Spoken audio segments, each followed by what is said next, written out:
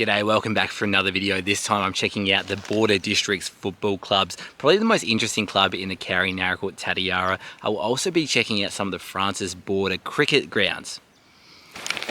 So we're starting off at Francis, the main club of Border Districts. This is sort of where they originated, and I'll explain the history from here. So Border Districts are the Eagles. They have three home grounds: Francis, Apsley and Goroke. Apsley is a newer one. Goroke has been around since the late 90s, and Francis has been here all the time. Francis is a small town of about 100 people just near the Victorian border. It was originally named after the wife of the owner of Binham Station, Francis, so that's why it's a little bit of a different name. For a small town, there's still a bit here though. There's a pub which is currently closed for renovations at the moment.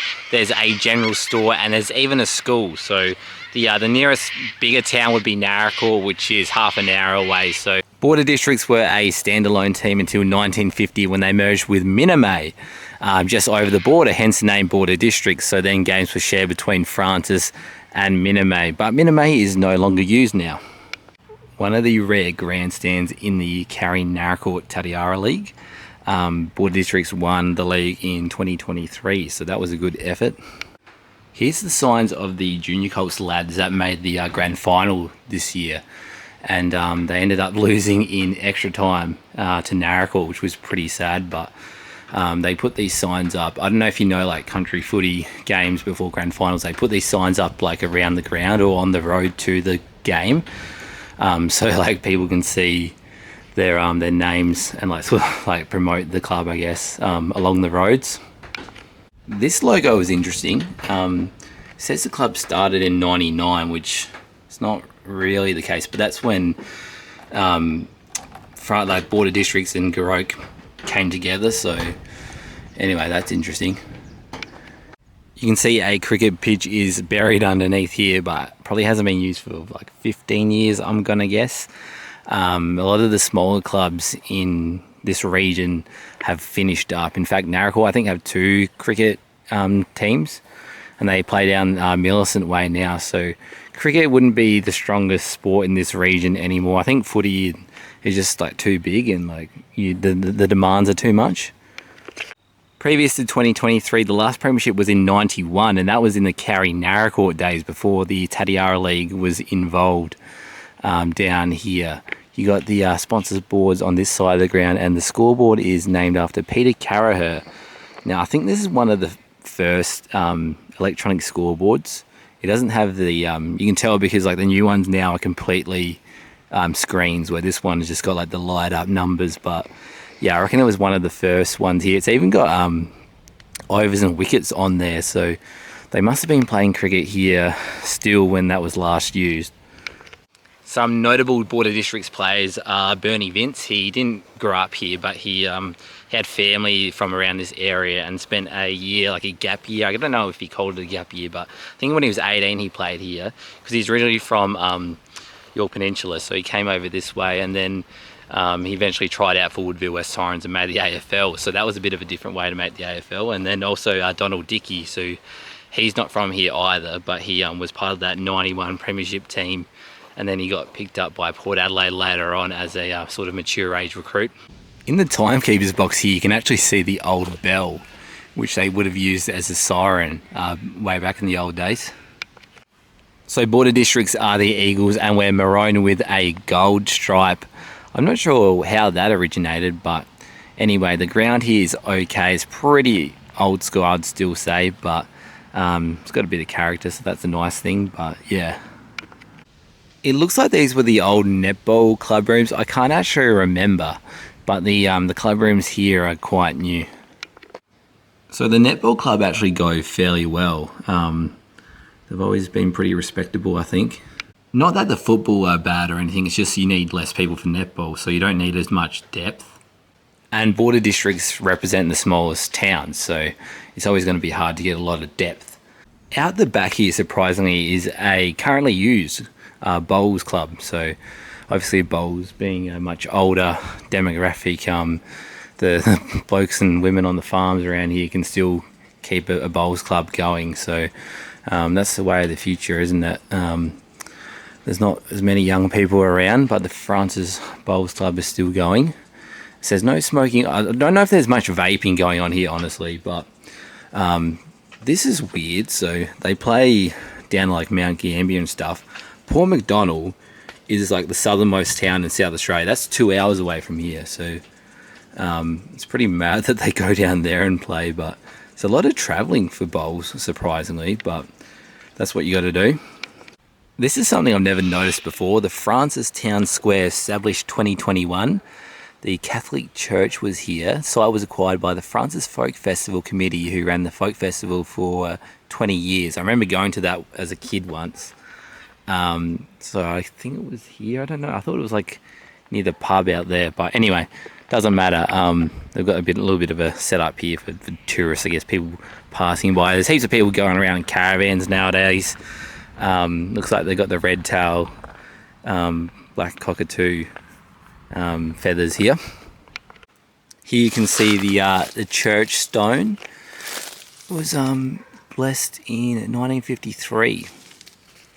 And this has been put up by the Naracoorte Lucindale Council.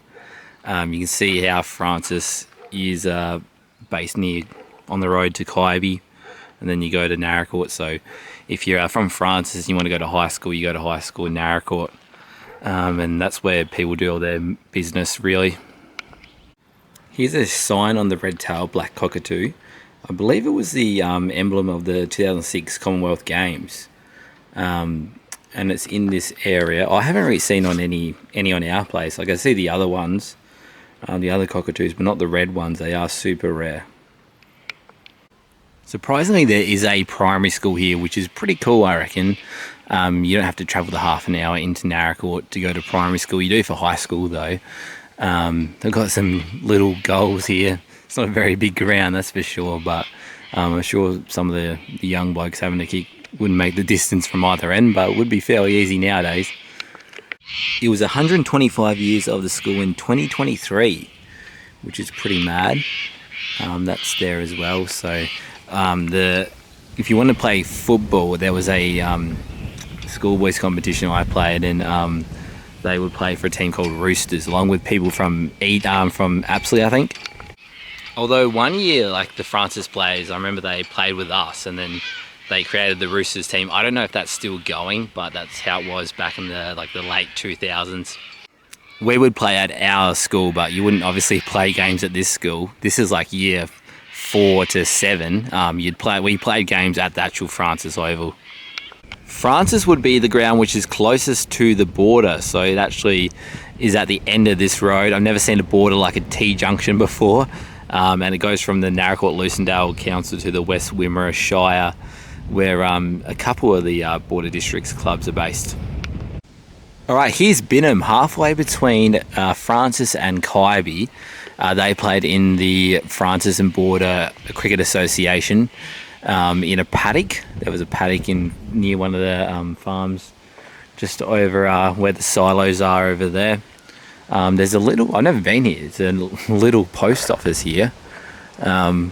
I guess people pick up their mail here. I don't know if they still do. What's it look like inside? Just sort of pretty plain. But that's pretty mad. I didn't expect something like this here. I did expect a hall. It's not too new, but why should it? It's pretty old school. What does it say? This was actually the school. Site of the Binham School from 26 to 1956, and there was a new school built until 1971. There's actually gym supplies in there, so I'm not sure what the go is here. Whether some farmers' bloody wives to come here and do gym work or something, I'm not too sure. I didn't think it was a privately owned place, but could be wrong. Old Dunny here. There's a swing there. Even tennis. Oh, this is pretty sick. Dunny. Okay, it's not completely old. That's not terrible. And then this is fairly old school. Got the trough there. I guess this is the men's, hey. but there's not a whole lot of privacy. You could be seen, but it covers most of the bases. What's this one like? Yeah, same thing. Old tennis courts here, fairly overgrown, but the fence doesn't seem like real ancient. I wonder when they last played tennis here. Might have even been in like the 80s or something. There's still lines on the ground. Could have even been 90s. The trees aren't like super tall.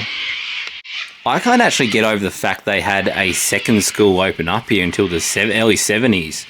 The Kaibi school continued until 98, and then the Francis school is still going. So people that live around here can actually go to a school not too far away, which is pretty good because it's quite a small school. Now here's where the Binham School was until 1971. I'm going to guess it's maybe this building where that house is. I don't know, but it might have actually been knocked down in this paddock here. But there you go, there was a school there. Binham is on the railway here. I guess people may have lived here to look after the railways. Not sure on that, but the rail is still here. That closed in 1995, but it declined in the years previous to that. You can tell the railway's even been just taken out of the road here. Here's a paddock where the Binham cricket ground was. You can maybe just see it out in there in the middle. I'm thinking maybe that was the club rooms over there. Obviously it's privately owned, so I don't want to snoop too much, but it looked like it could have been. But there you go, cricket ground in this paddock. Here's Benayo, a place with an old cricket ground. We're not too far from Kaibi Bolite, just over the Victorian side of the border. So after World War I, they gave out farms to the soldiers, particularly around Benayo here. There's one guy from Talagira. But yeah, there were a lot of small farms just after World War II. Even on our farm, part of that was a soldier settlement. We're on a very typical Victorian road, so they don't tend to have the dirt roads like in South Australia. They'll have bitumen, but it'll only be one lane. I'm not sure what I prefer because you can go quicker on these roads, but I don't think it's as safe, particularly if there's a lot of trucks going around. It wouldn't surprise me if this was the old school building. Sometimes the hall was used as a school. I do know that there was a school here at one point, but it's been modernised in recent years. The cricket ground is just out the back here in a paddock. Now, the cricket team probably didn't play in the Francis and Border League. I think it was sort of prior to that, a bit older. But yeah, if you were from a farm around here, I guess you'd probably just go to Kaibi. Maybe you'd go to Francis depending on where you are. But the cricket pitch is just out here in this paddock. I see some Christmas decorations around the place, so obviously people meet up here for a Christmas show once a year, which is fairly common in farming areas to have a hall in your local area and you have a bit of a catch up over Christmas. So I'm at Nuwapa, a funny name. I didn't know how to say it until a couple of people told me, but they did play in the Francis and Border Cricket Association, I think all the way up until the 60s, maybe further. I'm not sure on the exact date, but we have some curious cows here just wondering what I've been up to. Not much of a town here, it's just a couple houses there, and the cricket pitch was actually out in this paddock over here. We're over the Victorian side of the border, not too far from Francis. Quite amazing they were playing cricket in this paddock up until I think at least the 50s. You wouldn't even tell now, it's just a paddock. So there is a cricket pitch out there in the middle though. This makes me think there was a railway here, but I'm not so sure if there was. Maybe there's a building there which is the old school and hall, I think was closed in the 80s, but it's a house now, and there's one other house there as well, so it's a pretty small sort of little settlement. And here's Minimay, the club that merged with Francis to form border districts in 1951. A much smaller town. As you drive in, it says a population of 10. You've got the Minimay Hole there. There's a little old playground, but there is a store here, surprisingly. The goals are still up down at this end, which is quite good to see. Down the other end, there's a couple poles remaining, but amazingly, there was a final here in 1984. the Francis ground was wet, and they had to play it here in Minimay. That might have been the last time they played here. It is a pretty wild place for someone from Kingston to travel to, nearly 2 hours away. Like Kingston being on the coast, and then we're over the Victorian border here. The scoreboard remains with the whole sponsorship on it, a soft drink company, I'm pretty sure. And there is a shot from that 1984 game which does show this scoreboard, which is really amazing. You can just barely see it says Borders on there. Below you can see like some of the numbers. What number would this be? No, can't see. It's fallen off. Out the back here is actually the Minimay swamp, which is very dry. Yeah, on a wet year probably fill up, I guess, but it's been super dry at the moment. Looking in here, we can see a couple numbers in the Border District's colours, which is pretty cool to see. Here's the old courts. Minimay weren't actually a South Australian, they didn't play themselves in the South Australian League, they played in the North Cowrie League until 1950, so it's interesting they went the South Australian way to the Cowrie Narra Court after that, but I'm not really sure the last time they played tennis here. That would have been probably the last sport played here, I'm gonna guess. I find it interesting that Minimay actually merged. Like, I sort of thought a club like this might just end up folding straight up, but they merged with Francis, so. And here's the Minimay club rooms. You can actually see there is a Borders sign here. I assume this is still used for community events and whatnot, but pretty sick that this Borders sign is still remaining. Club rooms in here, I assume it was probably cut off halfway for the home and away, but I've heard that the shower was pretty old school. I think they used to have like a wood heater or something like that to heat up the water, which is pretty mad, like especially in the 80s. That was still going. And here's the little timekeeper's box down this end. You can see one of the goalposts is missing. So we're on the way to the next ground at Goroke, but here is Perone.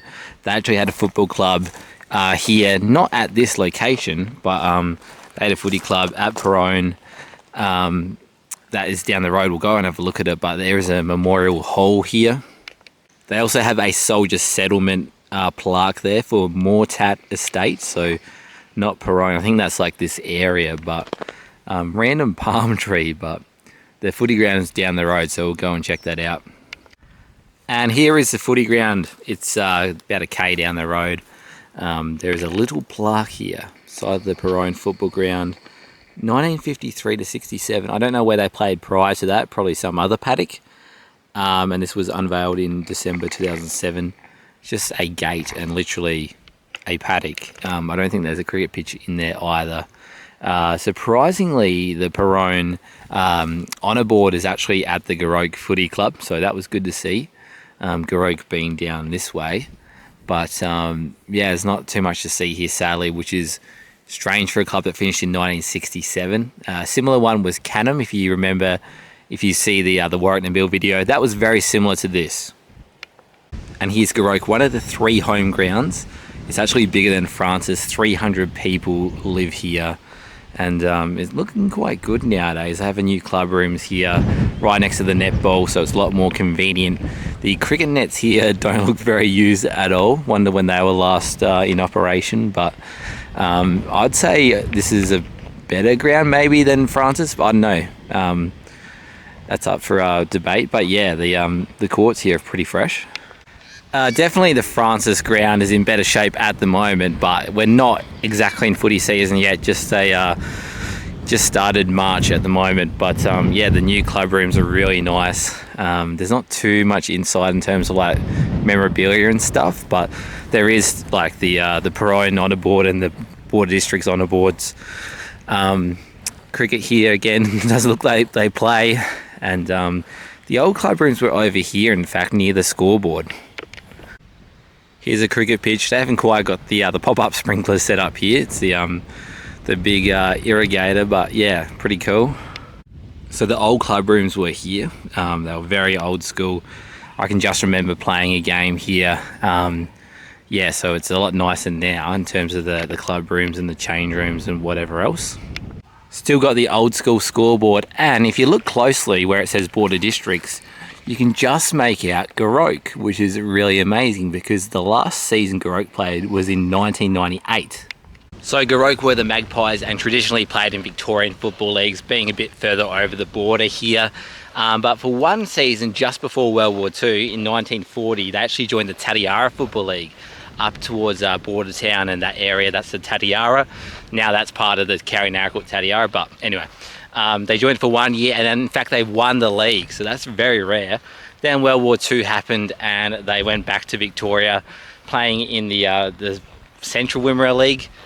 That would later become the Central Wimmera Lowen Star when teams from around Neil joined. And then later on, that would be named the West Wimmera League. So that's when they played up until 1981. They won the last ever West Wimmera Premiership in that season. And then they moved to the Horsham district for their about final 10 or so years. In 1997, they lost the grand final to Rapanyup. That would actually be their second to last season, and then 1998 would be their final season. Then they became part of Border Districts. So sometimes it says they merged, sometimes it says they were absorbed by Border Districts. It's up for debate as well, I suppose, but yeah. Because it's not like Border Districts changed their name or jumper or anything like that, but they did start playing games here at Goroke. And yeah, they became part of the club, playing in the Carrie-Naracoorte Tatiara Football League instead of the Victorian leagues like they were used to. I still find it amazing they did play in that Tatiara Football League for one season in 1940. They actually beat Serviceton. It was 8 goals 24 to Serviceton 9 goals 4. So Goroke had a lot of shots that day. The most notable name I found from Goroke was Tony Lloyd. So you might not recognise the name, but he played under 19s, I think reserves at Essendon. Then he came back to Goroke and he was their last league medalist in the Horsham district, I believe. But then you might know Jake Lloyd, that's his son. Jake Lloyd, he grew up in Horsham, so he didn't grow up here in Goroke, but Tony Lloyd made sure that Jake was fit and he was ready to play at the highest level. Because like when he went to Essendon, he thought he probably wasn't fit enough to make the grade, so Jake was fit enough and he's gone on to be a really successful player for Sydney. Now Goroke were the Magpies because that's what Goroke actually means in the local Indigenous language. Goroke means magpie, and they've got a silo art here like a lot of places in Western Victoria. These silos are on the Carpolac railway line. You can see through here. And that comes from Horsham and finishes up just past Perrone where we were before. So yeah, Carpolac is just past Perrone. Here's where the Goroke railway station was.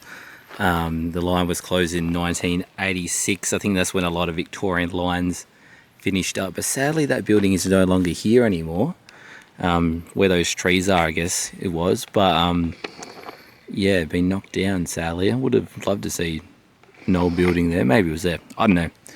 I've been here before with a guy called Outdoors Type, and he did a video on the Carpolac railway line, so definitely check that out if you're interested in this type of thing. Goroke is sort of in between everything, so 50 k's from Francis and Apsley, the other grounds that they share games with for Border Districts, but 69 k's from Horsham, so they would do a lot of business in Horsham, people from Goroke. But there is a pub, takeaway shop. There's a library there, surprisingly, but a lot of abandoned buildings, supermarket here, so there is still a bit at Goroke, that's for sure. So Goroke has a P to 12 college, prep to year 12, that's what they have in Victoria, so you don't need to go to Horsham to go to high school or whatever. Maybe some people do, but I don't know. It says thanks for saving our town. This is in the Borders colours. I've got no idea what that's about. Something must have happened in Goroke that I forgot about, or anyway. But yeah, there's a decent sized school for the size of the town. I just remember what that sign would have been for at the school. It would have been for the Little Desert Bushfire, which is north of here. It's a lot closer to like Neil and very close to Dimboola, but I guess it affected this area as well. Like there would have been so much smoke around. On the road from Goroke to Apsley, you come across Lake Bringalbet, and this actually has some cricket history here. I don't know where the ground was though. Now the Bring Albert cricket team, Tom Hamilton and his best friend Jellicoe. So Tom Hamilton was involved here, and they started up a cricket team initially. It was mostly Indigenous players, and then they had a Europeans versus Indigenous game, and the Aboriginal cricketers were the victors. And that game was on a rough ground near the Bring Albert woolshed near a canoe tree. Because of this game, he encouraged some of the Aboriginal players to go to Edenhope and play with the Edenhope Cricket Club, and that went quite well. They ended up having an Aboriginal team that played at Hamilton over further in Victoria. Johnny Muller was there. You might know him, probably the most well-known player from that side. And eventually it was coached by Tom Wills, the guy who invented Aussie rules. So there's a lot of cricket history in this area, that's for sure. And now the last home ground of Border District's Apsley. And here's where it gets a little bit more confusing to follow. Apsley has about 300 people, similar to Goroke, but there's a pub and a school. The school doesn't go to year 12 though, it's just a primary school, but they used to be a standalone team until 1998 in the Cowrie-Naracoorte Tatiara Football League. We're just over the Victorian border here in Apsley. Just like Goroke, Apsley were the Magpies. They played in different leagues, so that didn't matter. But they were a standalone team until 1998, and then merged with Edenhope. So Edenhope is probably the closest bigger town here. They were the rivals of Apsley, and they formed the Edenhope Apsley Power. So the Edenhope Apsley Power continued playing in the Cowrie-Naracoorte Tatiara until 2007, when they moved the Victorian way to the Horsham District League, probably a step down a level, and they became the Saints. So they're the Saints over there at the moment. But the ground here at Apsley was upgraded, the netball was, and after that, all of a sudden, Border District started playing here, and Edenhope Apsley just played Edenhope. So here's the upgraded courts, really nice, top quality. I think they do social tennis here. I'm not sure if they play competition or not, but you've got the netball nets, goals there. But yeah, really, really great courts here at the moment. So they only opened up last year, and that's when Border District started playing here. And a few things changed around the place. We'll show you the club rooms, but they were in Saints colours, in memory of Marilyn Ellis of Bring Albert, where we were before. Must have been involved in tennis here or something. So I actually don't live too far from this ground, and every now and then I'll have a kick here. The goals are really short, and but the grass is quite nice for a small town. It's the best out of the 3 grounds we've been to today, and the fence is short, so I can just easily jump over that. It's not too annoying. The most well-known player from Apsley was Reg Burgess, who was a champion for Essendon, won a best and fairest and a premiership there in the 1950s, I'm pretty sure. Sadly, he just passed away last year. So you've got the club rooms here, and it's been painted in the Border District's colours. Previously it was in the Saints colours, so that's one thing that's changed over the past year and a bit. Also the stairs here were upgraded. I remember coming here must have been late 2023, and they were really starting to rot a little bit, but yeah, not a bad grandstand, I suppose. So it's interesting seeing in the club rooms here, they do have a Edenhope Apsley thing there, but a lot of it is just Apsley. And then you got some border stuff as well, so a few mixes of clubs here. But one player for Apsley that you might know or know of, his old man, is Lockie Neal's dad. He was a premiership player here at Apsley. Here's the bar and where they have like the barbecue and stuff. The Long Net Club is like an Edenhope Apsley thing, so that's still there.